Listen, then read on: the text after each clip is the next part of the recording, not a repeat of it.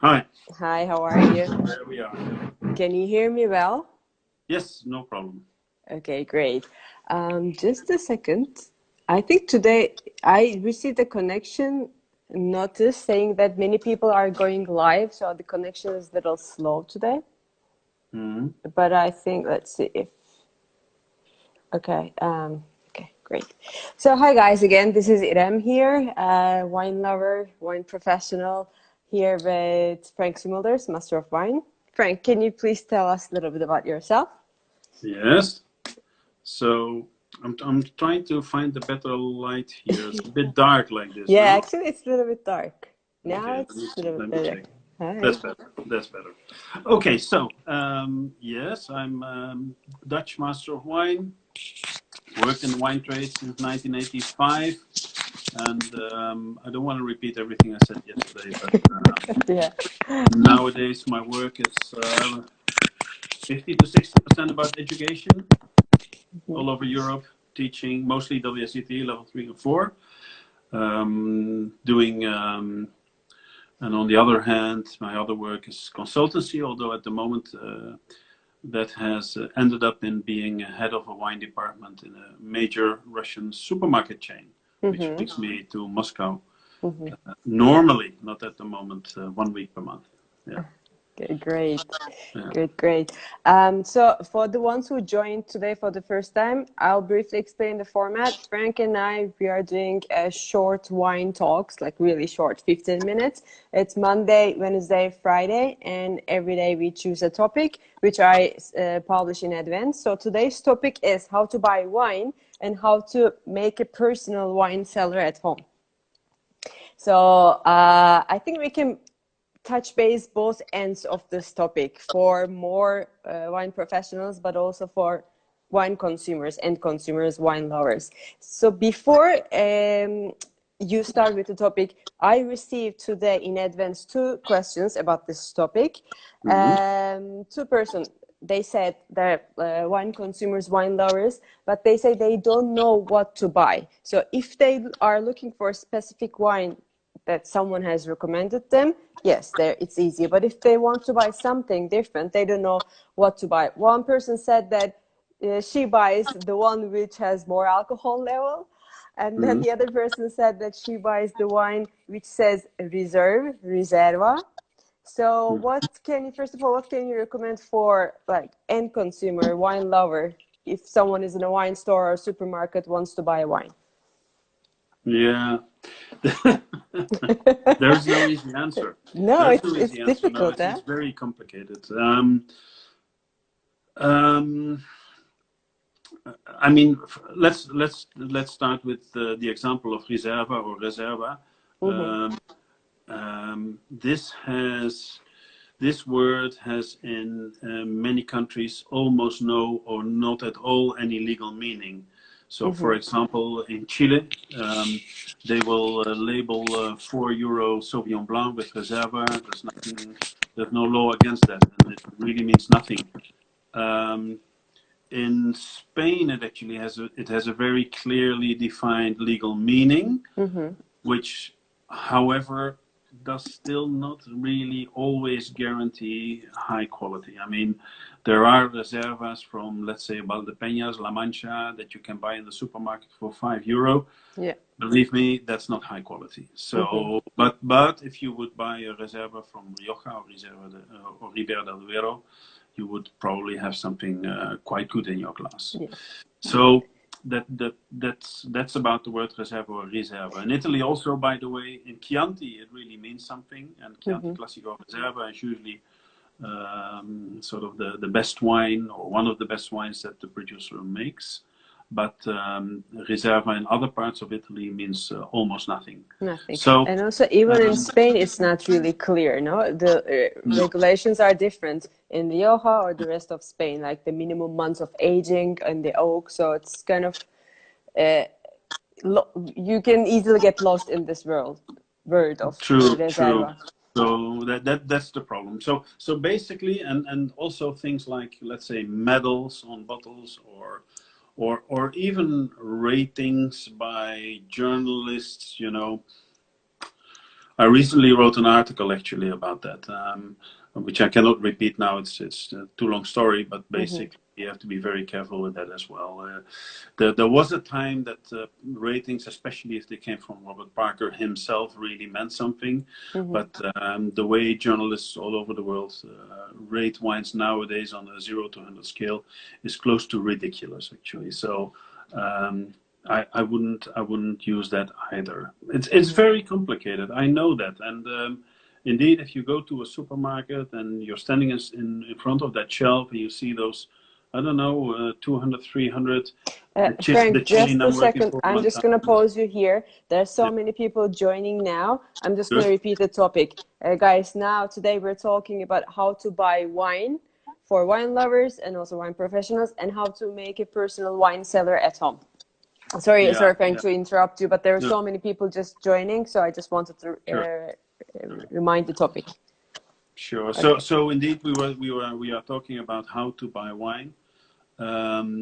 So again, you know, standing in front of the shelf of a supermarket, for example, and having to pick a bottle, that's no easy job. I know that, and there is absolutely nothing on a label, nothing that will guarantee quality to you. I mean, even if we stick to European wine legislation, but the word appellation contrôlée or the Italian DOC and even DOCG, it does not guarantee high quality at all, actually. So where do you go? I would say the first step would actually be that you have to decide where do you want to buy your wine.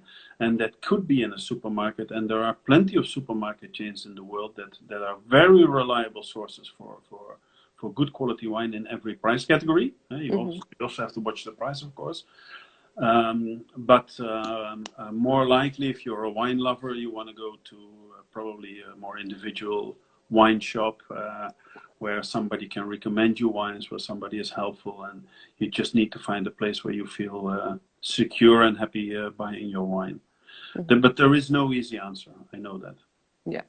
So they should what should they do? What I mean, let's say that they have a idea in mind that they want to buy white wine, red wine, or rosé sparkling, and then from there, trying to study a little bit in advance the regions or the grapes, or just trying to look at the label, drier, sweeter. I mean, the labels are not very clear either. No, not necessarily. No. But you know, I think it's a bit a path of trial and error. I think, I mean, it's two sides of the same coin, of course, with wine. You've got that huge choice of wines, and it's really great fun to explore the wine world, to try different wines.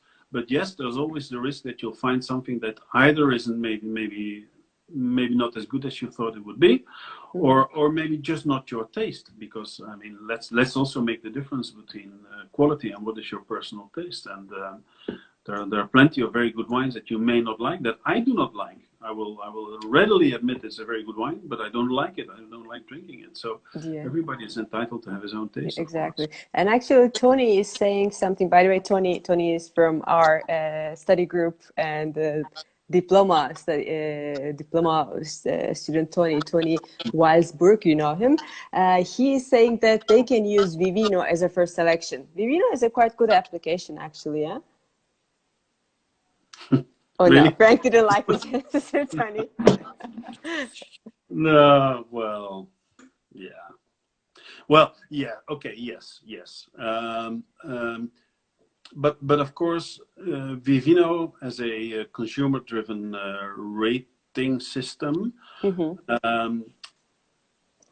people rate wines according to their price, and in that respect, it works. So you buy a €10 wine, it's got a 4 to 5 stars rating. Sure, you'll probably get a good bottle.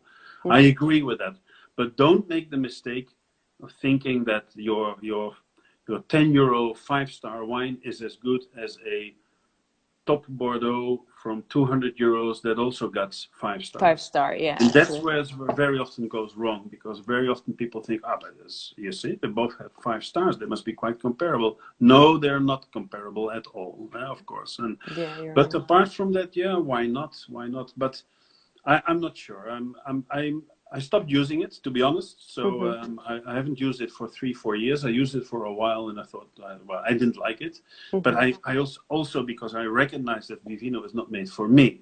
Yeah, So, exactly. And I'm not the actually, target. Vivino is a yes, is a good app, is an application with a great database, but it doesn't select the wines according to your taste profile. So in this No. case, what I would recommend, there's another application. It's called Wine Ring, and Wine Ring, like depending on your selection, you put your selection in the application, and then after like 3, 4, 5 options, it starts to recognize your palate, your taste, and then it recommends wines according to your palate. So I think Okay. Wine Ring is a good application, at least for Okay. personal selection. Sure. Sure. Okay, Sure. great. Okay, so then we bought wines, and then what do we do? Like, how do we build our like amateur or semi-professional wine cellar at home? Yeah. Well, that's an interesting subject, and we're not going to talk about investing in wine because that's Because actually another subject that we'll do, I think, on Friday. Friday, yeah. So I don't want to take a look at that. Right? So let's just say you want to buy wine for your personal enjoyment and create your own wine selection. Um, there are many things to say about it, but of course the starting point is how can you store the wine? Do you have a possibility to store the wine properly in the place you are living? The good old days where everybody had a cellar are over nowadays. Most people do not have a cellar.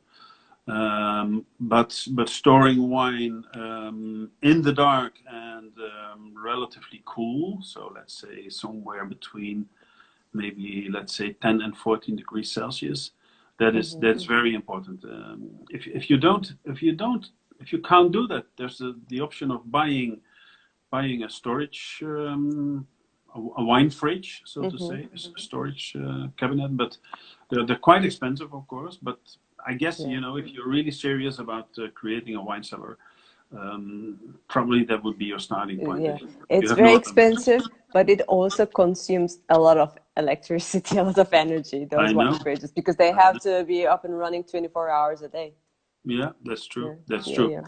Yeah, but they consume less than, let's say, a deep freezer or something like Okay, that, because they don't have to keep it that cold. okay. But it's true, yeah, yeah. But in a way, it's a starting point, because what else do you do if you live in an apartment, for example? Where are you going to store your wines? Exactly. I mean, wine is not. Most wines are not very weak in the sense that, I mean, let's say that you've got a place where the temperature is maybe all year long 14, 15 degrees, which technically speaking, theoretically speaking, is a bit too warm. But hey, that's not going to kill the wine, Yeah. So you don't have to be too fuzzy about it either. But it should be dark. I think that's very important. And the temperature, And of course, humid? don't go too much up. Well, Humidity is important in this case. ah, it depends on what you buy and how long you want to store it. Exactly. If you want to buy something and you want to store it for another 20 years, Mm-hmm. yes, then you have to be careful about light, about temperature, about humidity. But if you're buying wines which you reckon you will drink in the next 5 years, then I wouldn't be overly worried about humidity. And in any case, to touch a subject that we're going to talk about also in, I think, next week. Mm-hmm. Um, there's nothing against buying wines with a screw cap and Yes. keeping them for a few years. Years, Nothing yeah. at all, actually. So, Yeah, we will talk about it. and then the Actually, humidity, then maybe a lot of humidity will create erosion of your precious screw cap. You don't want exactly. that. You We don't don't want want that. Yeah. that. Yeah, yeah. Actually, we will talk about that topic next week on Wednesday. So it's one of my favorite topics: screw cap versus cork.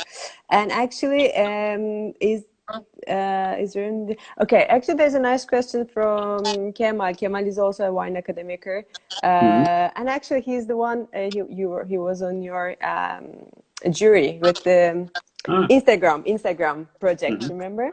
mhm. So he's asking, is there any place where they store wine for you? Yes, there are professional wine storage facilities, but not many, to be honest. Mm-hmm. Not many.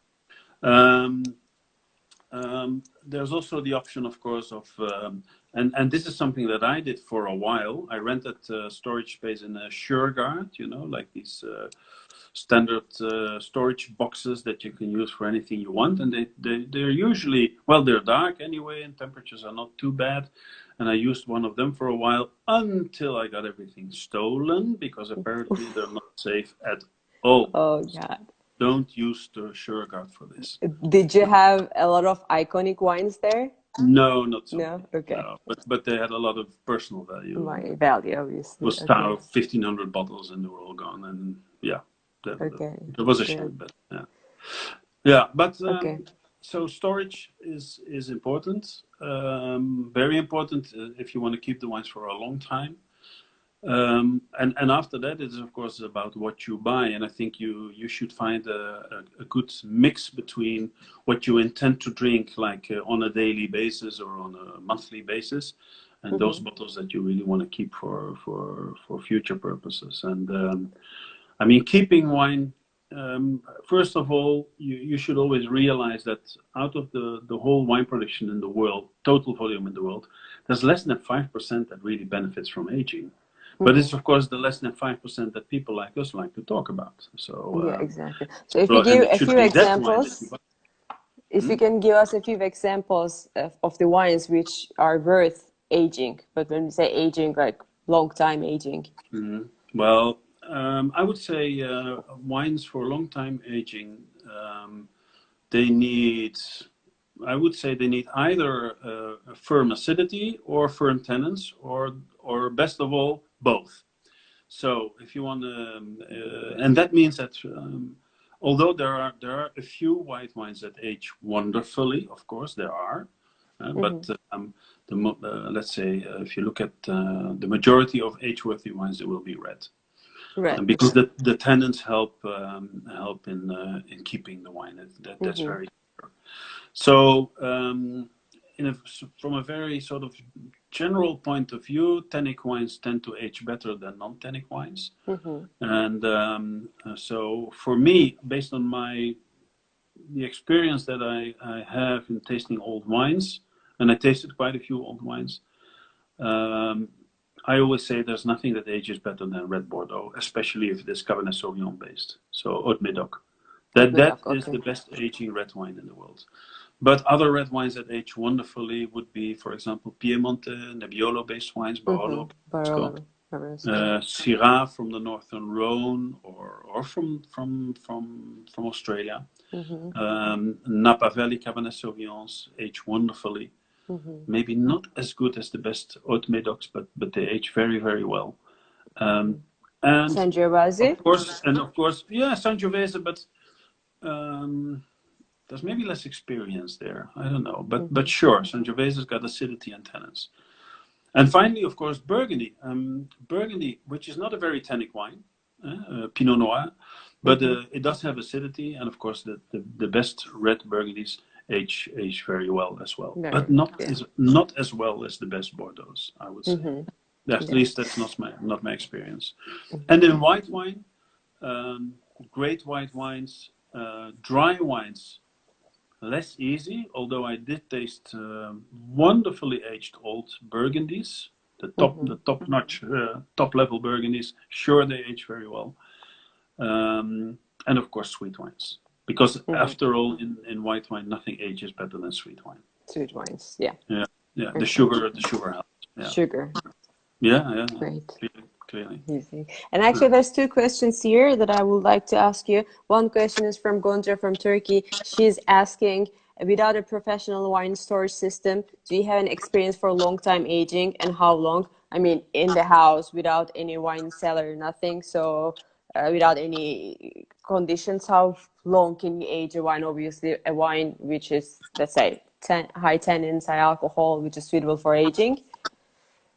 Well, it of course tends to go relatively fast if the conditions aren't cold enough. But if it's a great wine, I don't know. Surely it will do well for 5 to 10 years. But 10 years, yeah. But the result will never be perfect, of course. Exactly. And also a little bit it's like kind of gambling, right? It's like, because you don't know if the wine is a good condition, if it is corked or not.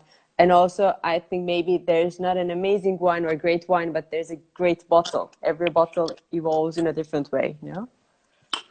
Yeah, but not in the first 20 years, if it's a great wine. Maybe in Okay, the long run. Because in the long run. long run, you get bottle variation because of the corks, actually. It's because of the cork and nothing else.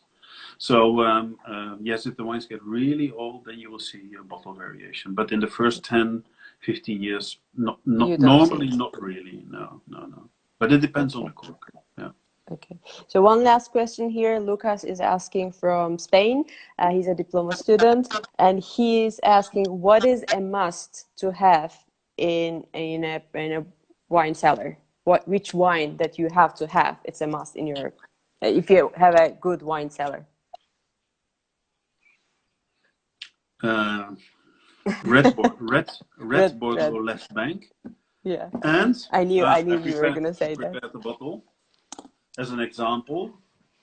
Okay, let me see if Can you you can. lift it a little bit up? Yeah, like Okay. this. It's a Mosel. It's Mosel Riesling with sweetness. It's a Spätlese. I mean, this is just an example. It is one of my favorite producers, Fritz Haag. Mm-hmm. And I know that there are plenty of people out there who will resent the idea of buying something a bit sweet. But I Mm-hmm. love this kind of wine. It's got 7.5% alcohol. It's got acidity. It's got a bit of sugar. It's very balanced. And it's crazy how well these wines age. And they're not expensive. You're buying wines that are below 20 euros, the classic Spätleses. They will age from the top producers like Fritz Haag, Dr. Lozen, von Kesselstadt, Mm-hmm. um, Schloss Lieser, JJ Prum, of course. You buy those wines, you pay less than 20 euros, or maybe Prum is a bit more expensive, but still not very expensive. And Mm-hmm. you can keep those wines easily 20 years. And the amazing thing is they become drier. Yeah. So if you're a bit shy of sweetness, they become drier with time, Drier. and But they taste also, like wonderful. if we talk, sorry, if you talk about Mosel, it's also because the high acidity in Mosel, Sure, it sure. also balances the sweetness. No, it's It's not the like combination. clogging sweet. Absolutely, absolutely. Yeah. So that is actually the kind of wine that I love to age, and I love to Mm-hmm. drink it young as well. I love it always. Actually, it's Okay. one of it's in a way my favorite white wine. This kind of white wine. Okay. So they should buy two bottles, drink one now, and then the other one age, and then see the difference. Yeah, and then buy one bottle of Chateau Latour and put it away for 30 years. 30 But years. it I will mean, kill your budget for the month. Yeah. exactly. I don't know if we can afford to buy two bottles from Chateau Latour. Uh, So, Probably not. I wouldn't do yeah. that. So what I will do, guys, after the session, I will post the wine recommendation of Frank on the story, so you can take a look at there. One last question, and we are finishing. There is one question from New York City, Zaf. How do you see wine industry in this new era? Do you think it's still popular for upcoming generations? Yeah, yeah. Yeah, I'm quite optimistic actually. Yeah. Yeah. Um, but yeah, I'm optimistic. I think new generations will also drink wine.